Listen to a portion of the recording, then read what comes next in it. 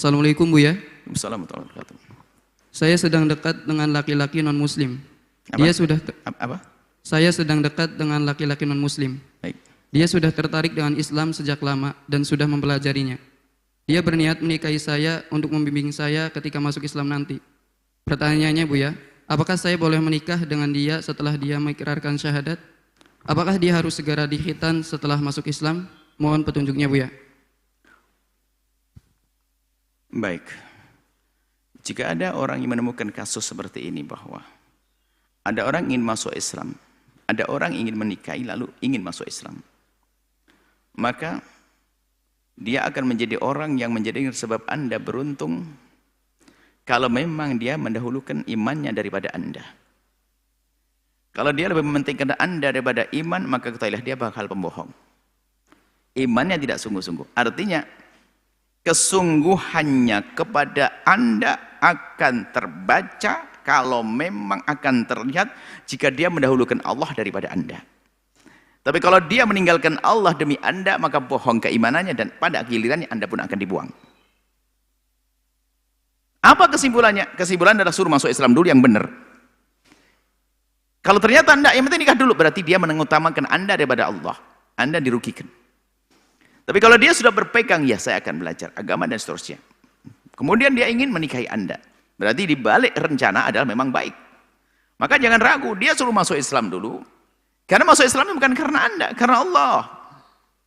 Dia punya keimanan, bukan karena hanya syarat. Itu kan bukan proposal itu, berbohong itu. Ini sudah masuk Islam, nggak sah, harus dari iman. Jangan sampai setelah menikah keluar dari iman. Anda dirugikan. Jadi pastikan dulu dia beriman dengan benar. Beriman dengan benar, baru nanti terlihat akhlaknya, terlihat ininya. Boleh Anda menikah dengannya. Apalagi setelah itu Anda membimbingnya. Untuk bisa semakin saya harus belajar agama. Baik. Kemudian, masalah khitan dilihat kondisinya dong. Kalau dia masih muda dan sehat, ya tentu segera dikhitan lebih bagus. Khitan memang iya dalam mazhab Imam Syafi'i adalah sebuah keharusan, tapi mazhab yang lain adalah sebuah kemuliaan.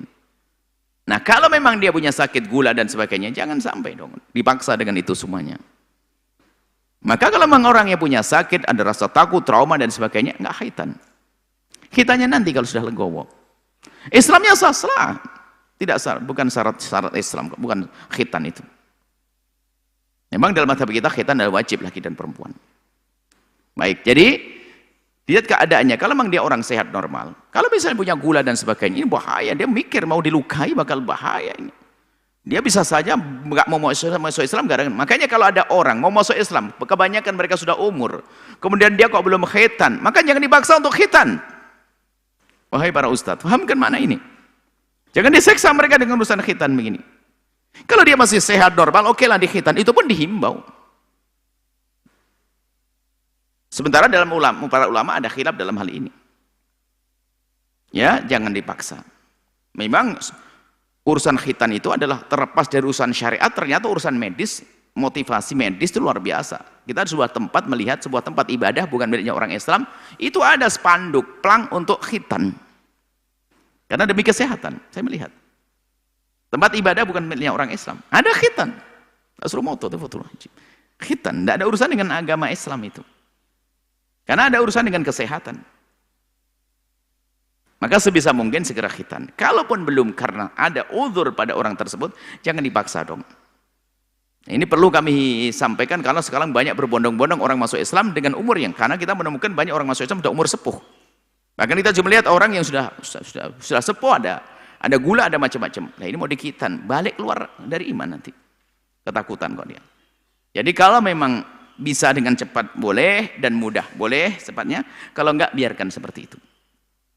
Yang penting ibadahnya ditingkatkan. Ada masalah najis yang ada di dalamnya sama, karena itu berbeda, karena khilaf itu kan di situ munculnya. Bagaimana kata tidak wajib, ya dimaafkan semuanya.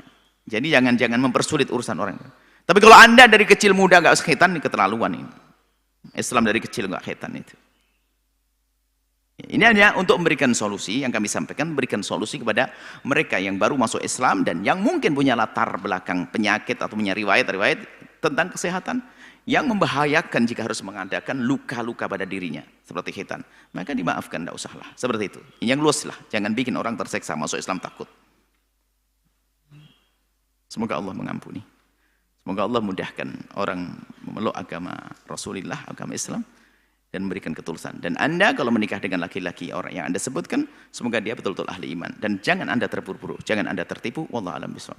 Setelah Anda menyaksikan video ini, jangan lupa berselawat kepada baginda Nabi Muhammad sallallahu alaihi wa alihi wa sahbihi wasallam.